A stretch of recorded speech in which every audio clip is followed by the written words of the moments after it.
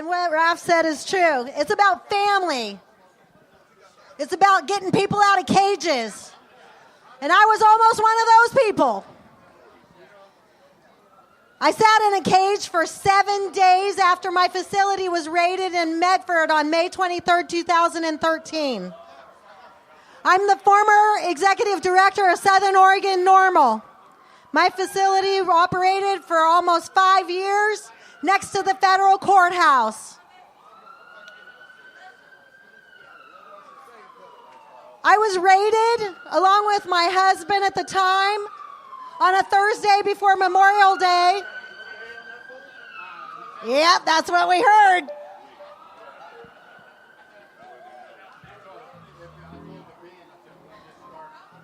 A year later, when we were due to go to trial, we had some really fine attorneys.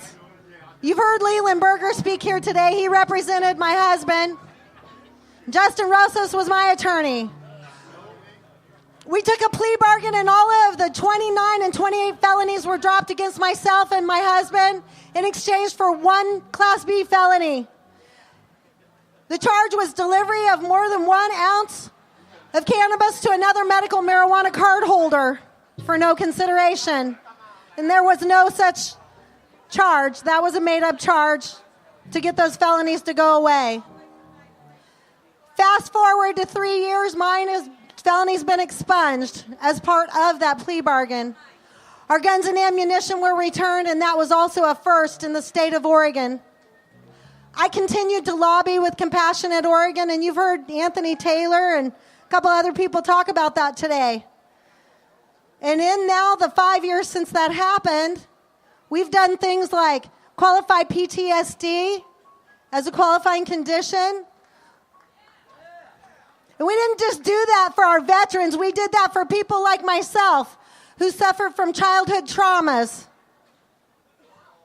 For women who've been raped. That's a trauma. For children that have been beat, sexually molested, women who have lived with domestic violence. All of those are PTSD. And you all now qualify under the OMMA.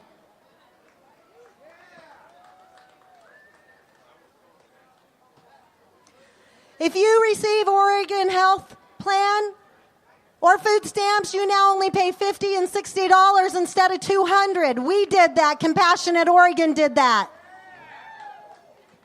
And veterans, you only pay $20 for your application fee instead of $200.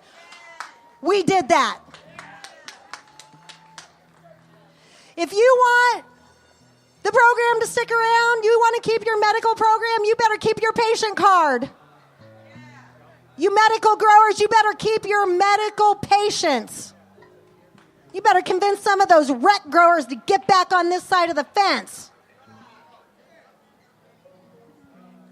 Because without a medical program and people registered, that patient program's going to go away. You've heard them talk about that little golden box on my table over there at Delta 9. Please, please, I'm begging you. Drop your coins in it. Drop your dollar bills in it. It'll be circulating throughout the crowd today. If you know what the DAP market is, you'll see it there on Sundays. If you don't, talk to me about it privately. If you need your medical card signed, you talk to Paul Stanford or myself. We've got a clinic or two to refer you to. I'm the owner of Jim Strong Medical Consultants. And that is dedicated to two of my mentors, Jim Grigg and Jim Clark, who are no longer with us. And to me,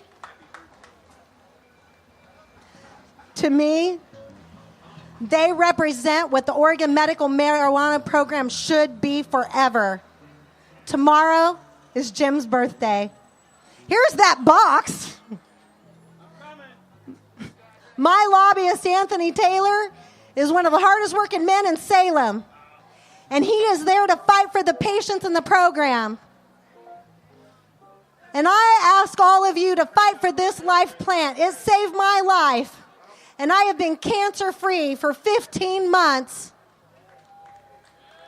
I ask all of you, Talk to somebody every day about this plant because it will change your life like it changed mine. Thank you, everybody. Let's have a great march.